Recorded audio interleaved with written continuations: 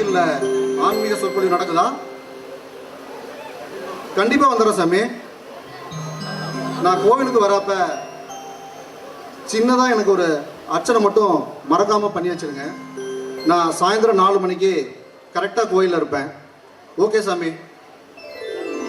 Thank you சாமி.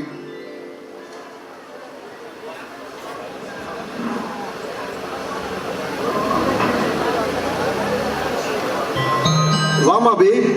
என்னம்மா சீக்கிரமா ஆபீஸ் கிளம்பிட்டியா? ஆமாண்ணா. நம்ம ஆபீஸ் தானம்மா, கொஞ்சம் லேட்டா கூட கிளம்பலாமே. அண்ணா, நீங்களே பக்தி மயத்திலேயே இருக்கீங்க. உங்க கோயில் வேலைகள்லாம் முடிச்சுட்டு நீங்க பொறுமையா வருவீங்க. அதான் நான் சீக்கிரமா ஆபீஸ் கிளம்பலாம்னு கிளம்பிட்டேன்னா. சரிம்மா, நீ சொன்னா சரியா தான் இருக்கும்.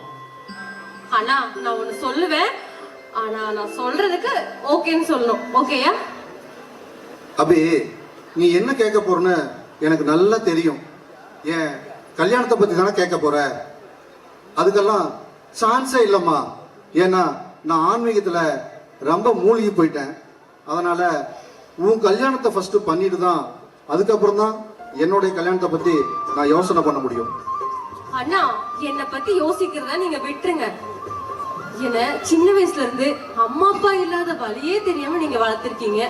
இனிமே உங்களுக்கு கல்யாணம் பண்றதா என்னோட ஆசையே. நீங்க ஃபர்ஸ்ட் கல்யாணம் பண்ணாதான் நான் சந்தோஷமா இருக்கிறதுக்கு. அபி, நான் கல்யாணம் பண்ணிட்டு போயிட்டா அது வரைக்கும் உன்னை பாத்துக்கிறது யாருமா பாத்துக்குவா? எப்ப பார்த்தாலும் கல்யாணம் கல்யாணம்ட்டு கல்யாண பேச்சே தான். சரிண்ணா, நான் ஆபீஸ் கிளம்பிட்டேன், நான் கிளம்புறேன். அபி, டிபன் சாப்பிட்டு கிளம்புமா.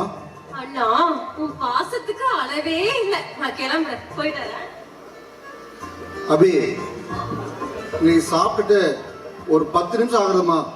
ஏமா சாப்பிடவே மாட்டேங்கிற? சாப்பிடுமா.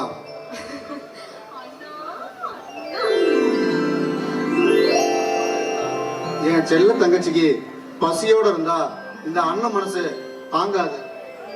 சரிம்மா, நீ இங்கே இரு, நான் உள்ள போயிட்டு சாப்பாடு எடுத்து வந்துட்டு ஊட்டி விடுறேன்.